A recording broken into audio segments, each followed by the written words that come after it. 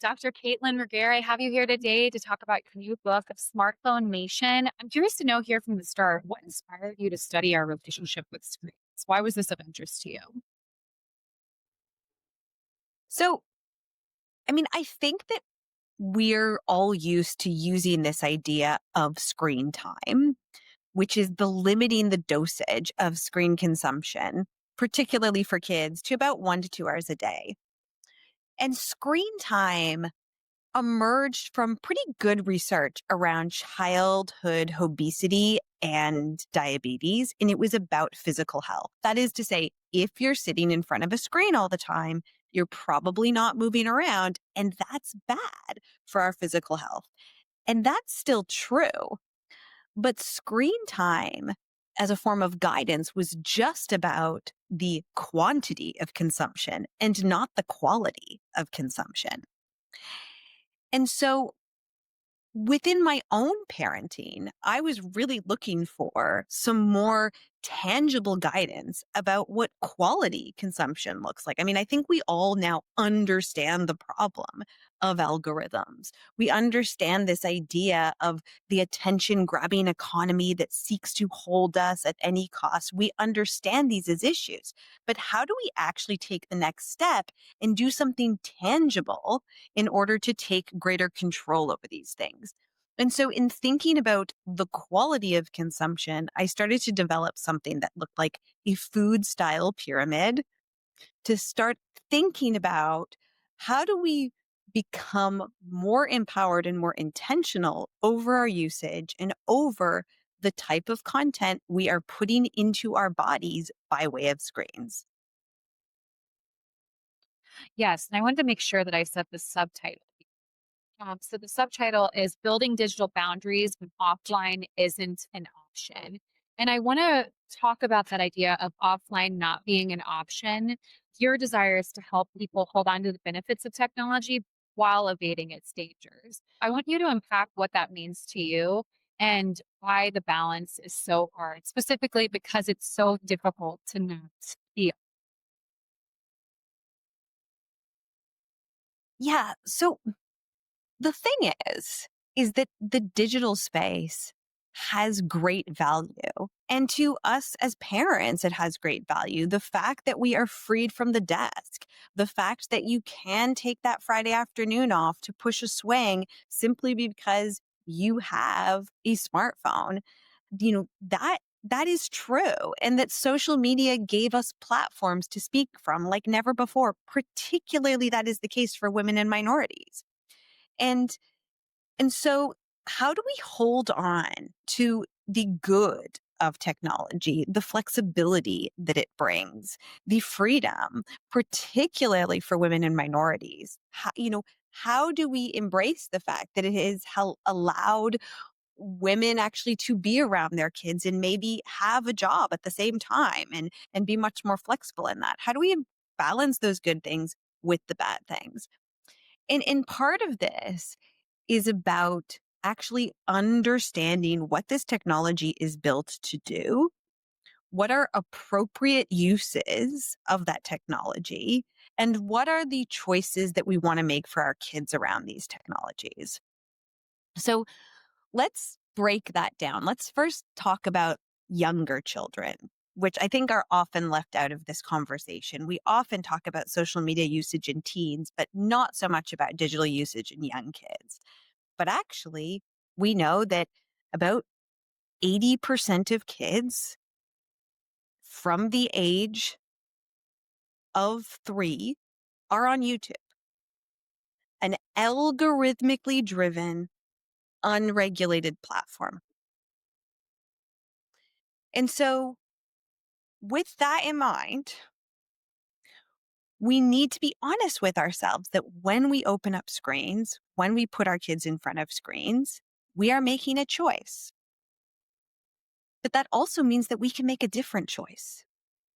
And if we are going to use screens, better choices that we can make.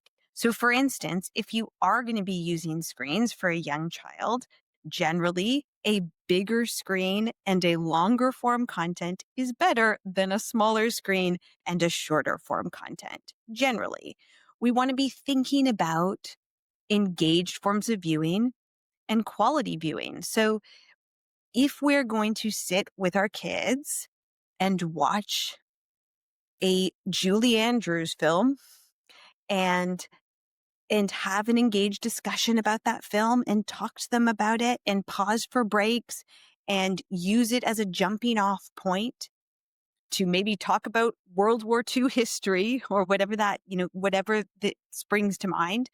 That is a very qualitatively different experience than putting our kids on a tablet with headphones on an algorithmically driven feed alone in their bedroom. That is a very different experience. And so we just need to know that we are making choices and we can start seeding the ideas of healthy engagement from a really early age. We can talk to our kids about terrestrial TV, real time TV that is programmed by a children's commissioner, that is a regulated space, and how that is different than streaming 10 episodes of Bluey in a row. Yeah. So Yeah.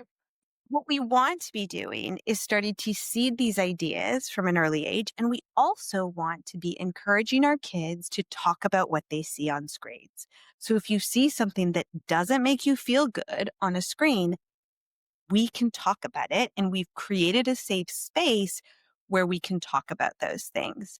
And that's super important to seed as early as you possibly can, because we want to break out of this idea of hyper personalization, where we have hyper personalized devices with hyper personalized feeds that we don't share with anyone because they're too personalized to us. And that's when we see kids getting into trouble alone in their bedrooms in the wee hours of the night when they are introduced to things that may harm them. And so, what we want to be doing is opening up those discussions from an early age, trying to, as much as possible, make devices less of a personal device and more of a household appliance that can be engaged with in a much more collective fashion. Yeah. Oh, sorry. Go ahead. I was going to say, and that's before we even get to our own usage and our own healthy usage around them.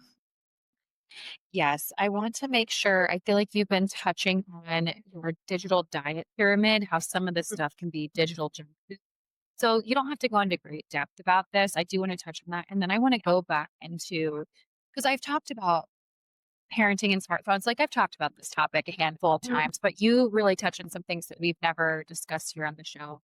And I do want to get into like us posting our kids online and just a bunch of other things. But I do want to talk, make sure that we hit on that digital diet pyramid and talking like the junk food of sorts of tech. So, because I feel like you're touching on some of this stuff, but let's go into some specifics. So, when I talk about a digital diet, I'm talking about the different forms of consumption, because there is some forms of consumption that are good, that are educational, that are informative, that are important for our careers, that are socializing, like kids calling their grandparents. There are some things that we do that are really beneficial. And then there is some things that I would classify as like digital junk food, which is passive, mindless consumption. So generally what we want to be doing, and this is what I put at the base of the pyramid, is engaging in things that are interactive, that are stimulating, and that are productive, and encourage healthy socialization, and doing less of the things at the top of the pyramid, which I would classify as passive consumption, where you just basically consume whatever is algorithmically fed to you, and often will push us into narrower mindsets and maybe pushing us things that are harmful to us. And that harm is going to be different for every person. It might be that you're just being pushed a whole lot of beauty ideals that don't make you feel good. It might be that you're being pushed kitchens that you can't afford. Whatever that thing may be, it's worth questioning, whether that type of consumption is actually serving you. And if it's not, make a change. Yeah, absolutely. And obviously, we can use this pyramid for ourselves and how we're cultivating our online experience. But I want to go into now in regards to parenting, this walkthrough method that you. So I guess can you explain how that works and why it's effective? Yeah, so the walkthrough method is something that researchers use to understand what a normative period of consumption would look like. And it's something that I suggest that we do within our own homes. So a walkthrough method is something you can do with an older teenager if they are already on social media, or you can do with your partner about your own usage. And that is when you open up your phone and your most frequently used application and you scroll through a normative period of usage. And that might feel super cringy because these are hyper personalized forms of viewing. But if it does, it's worth wondering why that is. Like if your partner says to you, you get a lot of ads for nose jobs, it's worth thinking, is that a good thing for you? And then you can decide. You can decide what you want more of and what you want less of. And you can work with the young people in your lives to make a change. And that's when you can game your algorithm. And that's when you actively search for the things you want more of and quickly move past the things you don't. Don't linger on it. Don't give it your attention. Do not comment on it. And you will see that you will start to train your machine learning around the things you want more of. I mean, I do know people who will go into their kids' TikTok at night and actively search for science videos in order to change their algorithms. I I think it's better that we take kids along for the ride in this and teach them how to do these things, but that works. And so I think something that is really important that we hold is that we can take control over these things. We do not have to passively consume. We can actively participate in these processes. We can take control. Yeah, absolutely. And one thing that we can take control of that a lot of us will do these days is something that you call sharing. Parents sharing thousands of photos of their children online. I guess explain why this might not be the best thing to do and how we can take control. And again, I keep back to the word discernment, like using critical thinking to make better choices. Right. So, sharenting is the process through which we share our children online. And that is something that happens from a very young age. I mean, we can think about those first posts when a child is born. I mean, and that is a normal way that we share our children. We share them a birth announcement on Instagram is the normative way that we celebrate a birth. We probably aren't taking ads out in the newspaper the way our parents may have. What this means is that children will have a digital imprint long before they themselves are on social media. And when we talk about the harms of sharenting, we're not always just talking about what this means for child physical safety, which is of course also a concern. Who has access to our children? We talk about that often around back to school photos. If you're posting a photo of your child and their age and talking about where they go to school every day, that might be a problematic thing to put on a public social media post, but also just, you know, content about our children's lives and what that will mean for their future self and their future data protection. So Barclays Bank has come out to say that by the year 2030, 2/3 of the fraud cases will be carried out against children currently being shared online by their parents. And that's because your birthday, the childhood street that you grew up on, your first pet's name often is all the identifying information you need to commit bank fraud. And so in doing this sharing, we need to think about what that data can potentially do to our children's future adult selves. And so there are ways that we can share that are safer for our kids. What we might do is we can think about closing down our accounts and really being thoughtful about who sits on those family accounts. And my rule of thumb is generally if you would personally send a picture of your child to someone, they can sit on those accounts. So if you would send a text message and send a photo to this person, then it's appropriate that they sit on that account. If you would feel uncomfortable doing that, maybe they shouldn't be on your family account. The other That thing makes that's sense. great to start talking about is consent. And actually images are a really great way to start laying the foundations for the understanding of consent. So you can ask your child if it's okay if you take their picture. And then finally, and this is just a basic thing, pause before you post. Look at what information is available in the photo. Is your door number visible in the photo? Are you tagging a location that can be easily identifiable? And if you are, that probably shouldn't go on a public post. So just taking those extra precautions can help increase the security and can help also safeguard your children's privacy. No, great tips. Yeah, Another thing I absolutely. wanted to touch on that I've never talked is the rise of with AI and I guess being manipulated by what we're seeing online. Is this real? Is this not real? Helping our kids navigate in the online space nowadays. Because I've been fooled myself. Yeah, absolutely. So I think you can start speaking to your kids about misinformation and disinformation from a really early age. We can have these conversations, and there are some activities that we can do with our kids to help gear them up to develop these critical thinking skills.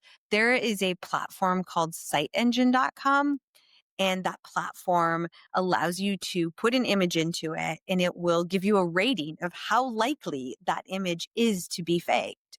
And that's a great way to even start talking to quite young kids about this concept of fake images. And not everything that they see on screens might be real, which is a great place to start. I also think that it's worth talking to kids about the technological processes at play that encourage these ideas of fake images or disinformation.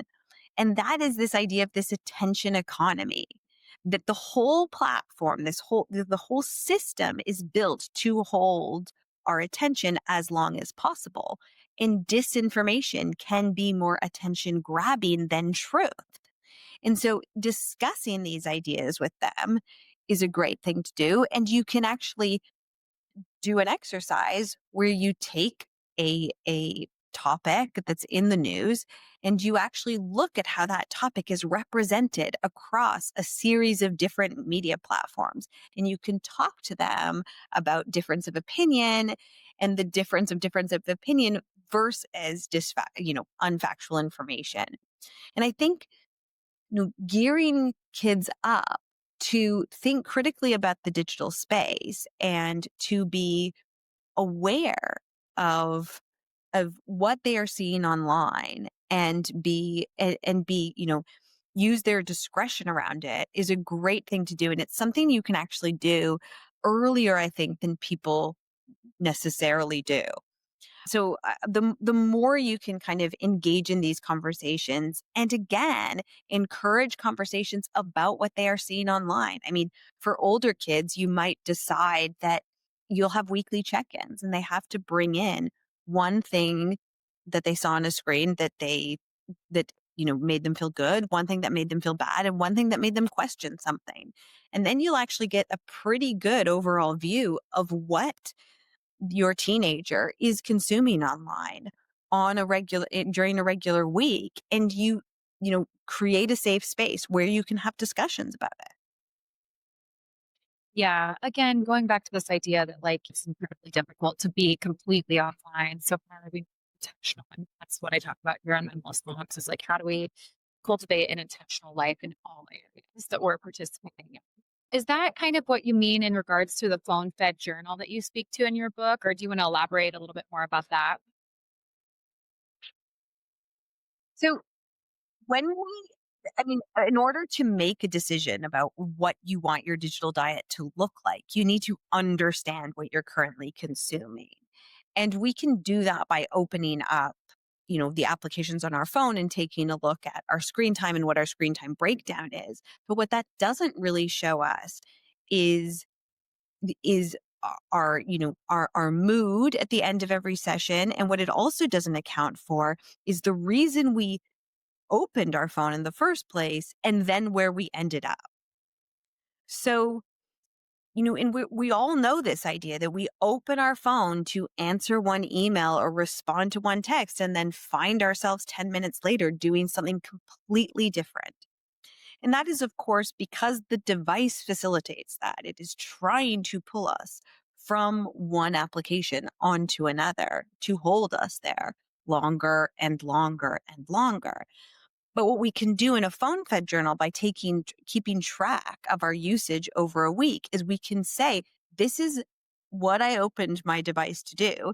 And this is where I finished. And this is how I felt at the end of that. And it helps us start to keep track of that. One, it'll make you more aware of these attention grabbing processes, but also it'll give you a sense of how you feel after a period of usage.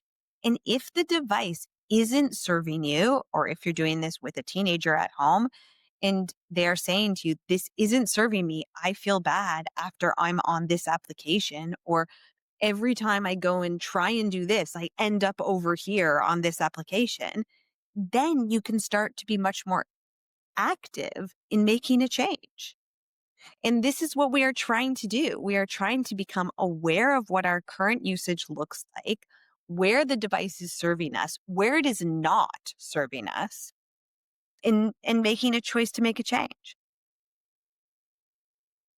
I'm curious about the changes that you've made in your own life. Do you have a simple boundary that you have been put into place or a tech habit that you, Caitlin, have actually seen the benefit of having put into place?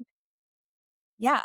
So one thing I do is when I get in the front door, I turn my phone to grayscale, which is you can triple click on the side of the phone and it will strip the color out of the phone and it becomes less attention grabbing when I'm around my kids. Another thing that I do is I don't like phones in the bedroom. Like, I think clocks are good. And generally, sunlight on your eyes before screen light on your eyes where possible is a good practice. There's lots of research to show that phones in the bedroom for any of us disrupts our sleep. If we know that our phone is there, if the phone is pinging, we don't sleep as well.